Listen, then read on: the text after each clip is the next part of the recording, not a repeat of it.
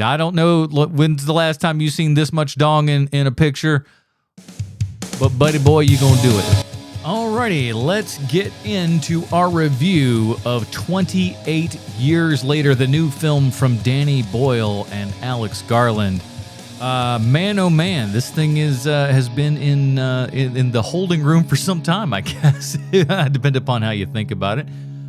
So we had, I remember, I'll give you a little quick history of me in the 28 years, or 28, we'll call it the 28 series, which sounds like a new Mazda, the new Mazda 28 series. But the 28 series kind of went like this for me. When the first one came out, I was in film school, and one of the things that people were talking about was this new film called 28 Weeks Later.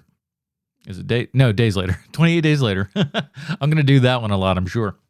But the movie's called 28 Days Later, and the big claim to fame for that was they were shooting that on a Canon, was it an XR1? It's been so many years, but it was a Canon Mini DV camera and everything, so this was just a, I don't even know if it was a 720p camera at that time. But just, kind of a regular prosumer mini DV camera. They put some nice glass on it and everything, of course. But that was the big thing, man. It was just like, oh my God, they shot this big giant film, this zombie movie. And then, of course, it's not a zombie movie. It is a zombie movie. Shut up. Who gives a damn? But they shot this movie on mini DV and everything. It was just like, oh my God, look at what they did for like $0. And of course, this was, on the heels of all of your, like, everything from, the independent days of Sex, Lies, and Videotape and all that stuff, where it's just like, oh, we can put together something that's like real cheap and everything. It felt like that. It felt like, real down and dirty filmmaking. It's like somebody could do this. And even like a big time film maker like Danny Boyle could do that. Though he wasn't, he'd obviously get much bigger and stuff as time goes on and everything. But yeah, man, so I saw that movie, and I did not care for it. I'm going to be honest with you. 28 Days Later was not the film for me.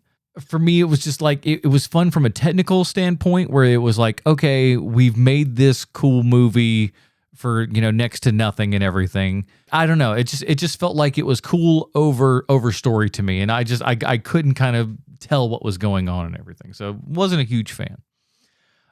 When I saw 28 Weeks Later, several years after that, I happened to see it in LA.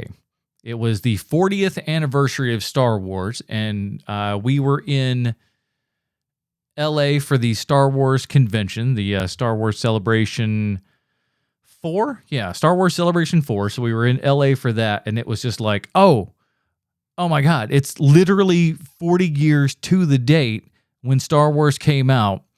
We're in LA. Let's go to Grauman's Chinese Theater and watch whatever.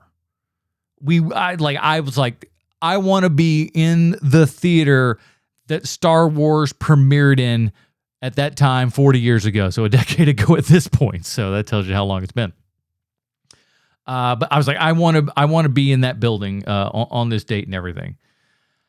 So we watched 28 Weeks Later in Grauman's Chinese Theater. There was like no one there. It was a pretty loose night and everything. But for whatever reason, I didn't really care for it. And I got to be honest with you, I was a little bit enthralled with the Chinese theater and whatnot. If you've ever been in there, you know that, like, you can just look at the architecture. You can sit inside the theater itself and just look at the walls. I know that sounds like an insane statement, but you can just look at walls and architecture. It's been a couple years, and they've revamped things since I've been there. So they like tore out the orchestra pit and put in like an IMAX screen and stuff like that. So they jacked it up. As far as I'm concerned, it's a different building at this point. And God knows it's owned by like TCL now, I think. But I didn't like it. I didn't like 28 Weeks Later either. So it was just like, I really wrote this series off because I was just like, man, I didn't like 28 Weeks Later. I didn't like 28 Days Later. I didn't like 28 Weeks Later. So I was, my thought process is how much am I going to like 28 Days Later? And I gotta be honest with you guys. I almost hated this movie until the very end. and then it saved it. We're going to get into no spoilers here, just so everybody knows. We're not going to go into any spoilers or anything. I'm going to remain pretty light on stuff because that is how I went into this movie. I knew nothing about it going in, so I'm going to leave it fairly vague and stuff for you guys. But let's check it out here, man. Here is the IMDb plotline for 28 years later. Told you I'm going to keep doing it. As we all know, IMDb always 100% correct in everything they say and or do. A group of survivors of the rage virus live on a small island. When one group leaves the island on a mission into the mainland, he discovers secrets, wonders, and horrors that have mutated not only the infected, but the other survivors. I clearly didn't read this ahead of time. This is directed by Danny Boyle and written by Alex Garland. They are coming back as the pair that they did from the beginning. This is starring Jodie Comer, Aaron Taylor Johnson, and Ray Fiennes. And this little guy right here, is it Roscoe Haynes, who I'm going to sit here and tell you is the MVP of this movie, dude. I was shocked at this kid. So yeah, like I said, I came into this movie not being the biggest of fans of 28 weeks later. So I was not, looking too awful forward to this, but I wanted to do this ultimately for the stream and to be able to have some content and stuff to put out there. And I know that this is a movie that a lot of people have a lot of, feelings towards, or the series rather, that a lot of people have feelings towards. So I thought, why not check this out and see what I think? Maybe I am always open for a movie to change my mind.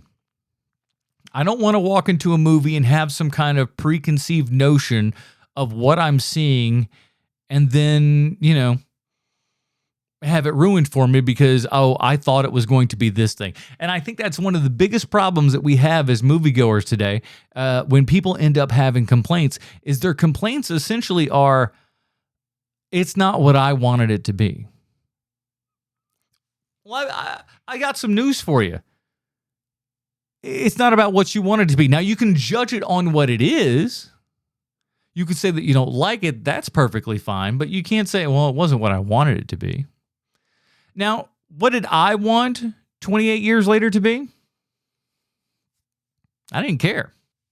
Like I said, I didn't care for the other two movies, so I felt no way or the other. However, when the trailer came on in all the subsequent movies that I go to and everything, when the trailer came on, I would kind of start closing my eyes because for whatever reason, I was just like, I don't know what it's about, and I don't kind of want to know. I don't know anything about it. But man, oh man, I was really surprised.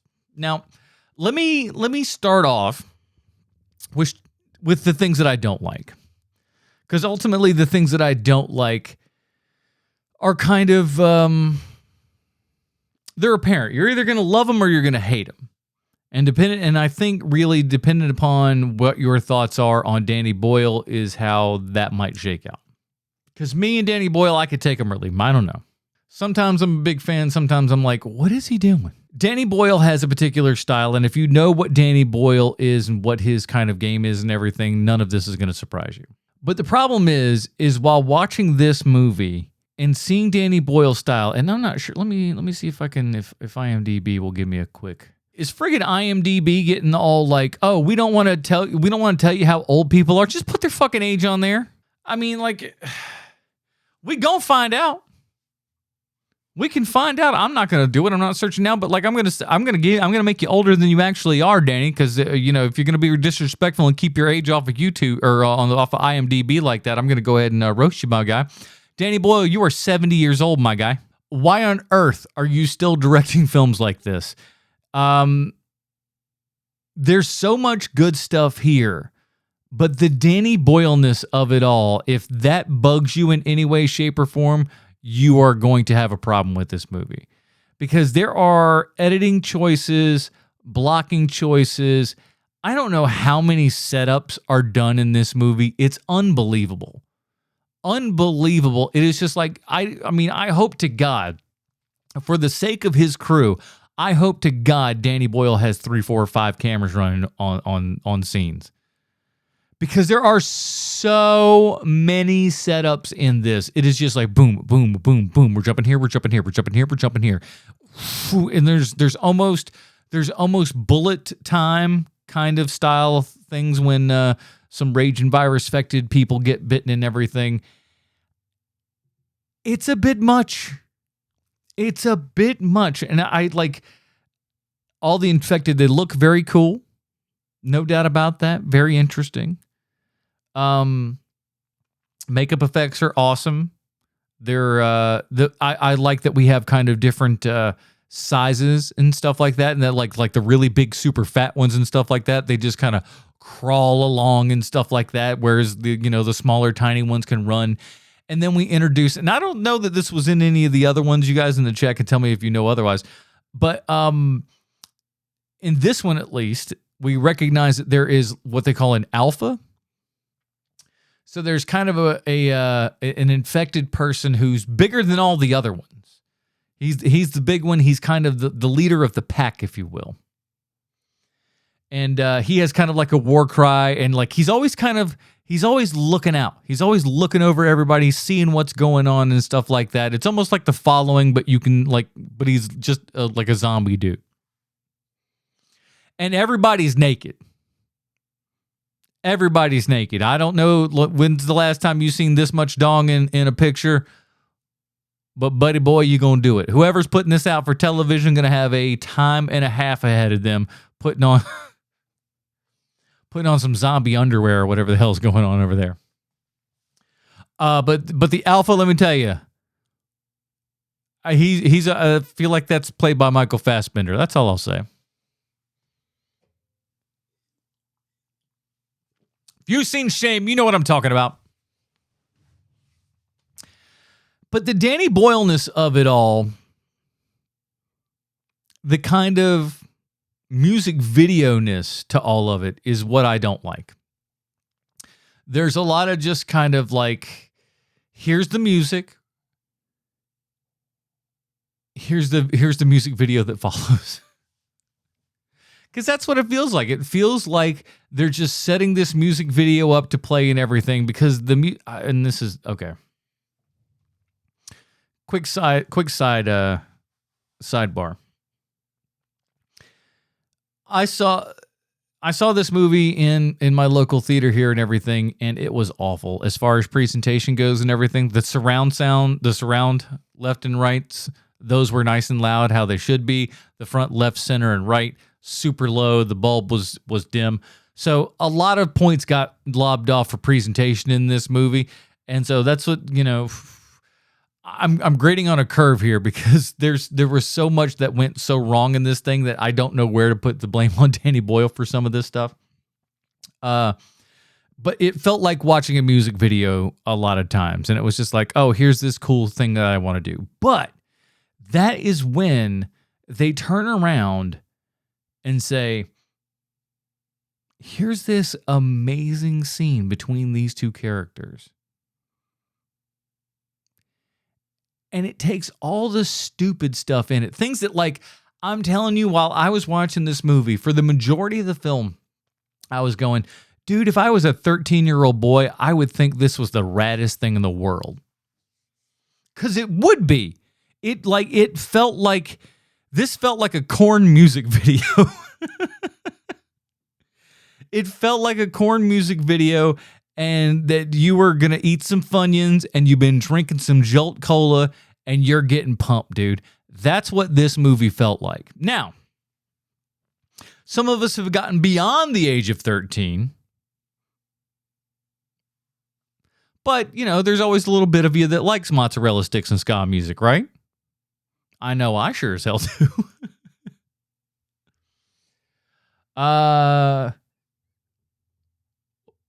Is 28 years later a good movie? Well, we're talking about that right now. We're trying to figure that out. So like I said previously, you don't need to see any of the other ones to see this one. So Aaron Taylor Johnson plays a guy who is bringing his young son out to go off onto the mainland. So this is an island that is put together by these folks and stuff where they are cordoned off from all of the infected and everything like that, but as a rite of passage, I guess, and they kind of don't really talk too much about it, which is super cool. But you kind of get to get yourself strapped up with a bow and arrow. And then once the tide is low here and everything, you can walk all the way over to the mainland here and hunt some zombies, essentially. So the kid is like 12 years old. And right away, they're already like, hey, hold on. Isn't this kid supposed to be, normally it's like 15, 16 when we start bringing these in. This kid's like 12 years old. I don't know about all this. He's like, don't worry, my son's ready. He's A-okay with this. It's fine. They go out and they have the kind of adventure that you would sort of think, where they go through and they're encountering, a couple of things. He's having to learn how to shoot and kill zombies. And again, like I said, where we have like the big fat slow zombies and everything, that of course is what he ends up sort of training on. There's one that's just barely able to crawl along because it's like, 600-700 pounds worth of, half dead, whatever, but it can't get at him. So it's really just kind of focusing on the kid and his relationship with his dad and everything. And while I was watching this, I was like, man, this is almost like almost right around that Father's Day time here and everything, man. This could almost be a Father's Day movie. And then it does not become a Father's Day movie. And then it almost becomes a Mother's Day movie in a weird way. But then then at the end of the day, we do kind of learn that this movie is about family. And we'll talk about that at the end, but vaguely, of course. So as you might imagine, the kid has to kind of get used to everything that's going on here. The funny part is they don't really at least get into precisely why they are doing this. I mean, other than to just say like, hey, maybe, at some point you're going to need to go across to get stuff or whatever. But it's essentially just a father and son kind of bonding moment, essentially. But man, there are some great intense chases and stuff like that. And moments where you're kind of screaming at characters and you're just kind of gripping onto your seat because you're like, oh man, I don't know. Like, and there's so many times where I got to be honest with you. I sat there and I was just like, if this is me, I'd just be like, I'm dead. I'm just dead. Just kill me. Just kill me. I'm okay with that. I don't really mind at this point. But the characters go on, man. And I got to say, I really think a lot of that goes to Alex Garland's writing here and everything, which really also, then of course, based upon like, his subsequent movies here with Ex Machina and Civil War and most recently Warfare, I've really gotten a kin and or like the ear and stuff for Alex Garland's work. So I really want to go back and watch those previous 28 movies. In order to kind of rewatch those movies through the lens of Alex Garland and everything, and see if I digest those any different. Because in this movie, I certainly felt a lot of that Alex Garland finger in the typing there and everything, and I thought it was fantastic. And again, 75% of the way through the movie, I was thinking, this is a 3-star, man. 3-star movie. I'm not super wild about it. It's okay, but I'm like, it's got all the Danny Boyle-ness in it and stuff like that. Like for example, you remember 28 what's the 128 Hours? He's got too many movies with numbers in them. 128 Hours. The James Franco plays the guy who gets his arm stuck in the crevasse. Is it a crevasse? Is a crevasse too big? He got his arm stuck in a rock. Had to cut it off with a knife. But there was stuff in that movie that like didn't need to be there and was so wildly unnecessary. Like when he goes to drink out of the water bottle and the camera just goes right on down in the straw, the water bottle there and everything. Just absolute Danny Boyle nonsense. This isn't quite as egregious as all that, like as far as like weird camera angles and stuff goes, but there is a lot of that kind of like lack of a better word. That's how it feels. It's just like out, up, down. He's really showing you his dick and how cool it is. But ultimately, it is the heart of the story that really gets you. The zombie stuff and everything, it looks cool. It is interesting. They're infected zombies, whatever. I don't care. It's really, they're great. They're top-notch stuff here. But the acting by this kid, unfriggin' believable, dude. I'm gonna pull up his name again here because I can't remember it off the top of my head. Come here, fella. Yeah. Rocco Haynes. Rocco Haynes is unbelievable unbelievably good. This kid runs the entire movie, as good as Aaron Taylor Johnson is, and he's fantastic in everything he is.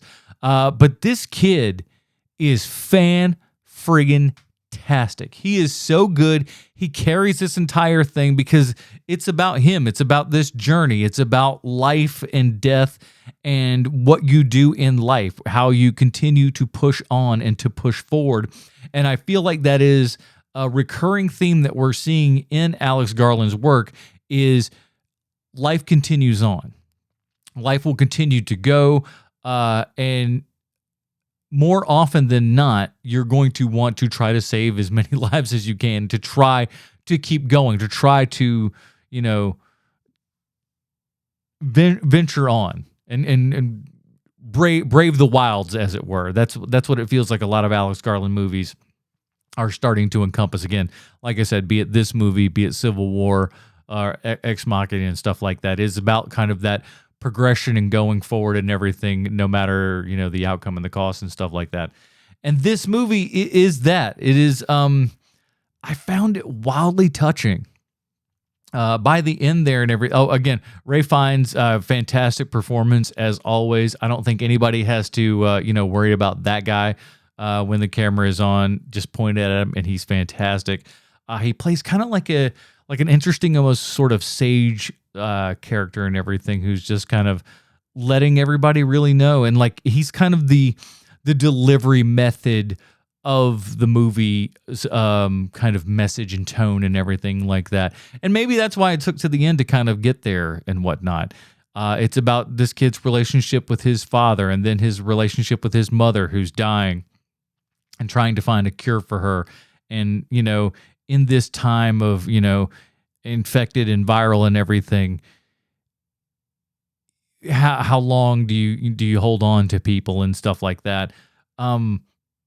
It's really great. It's really great, and the end of it, I got to be honest with you, shock of shocks, man. I was rolling tears at a 28 years, weeks, days, months, and seconds later movie. I was rolling them, man, rolling some tears for this sucker, and I gotta say, surprised, because I was ready to walk out of this sucker going like, it gets like a 3 stars, but man, that last 20 minutes, that last 20, 30 minutes, I don't want to say redeemed everything, but it really put everything into focus, made me appreciate the earlier points of the film and stuff like that. However, it's still not going to get me over the Danny Boyle-ness of it all.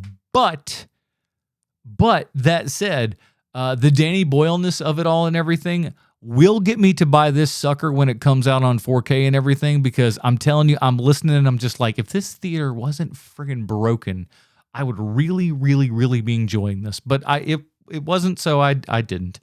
But I'm not gonna take a star off for that. We're giving credit where credit is due.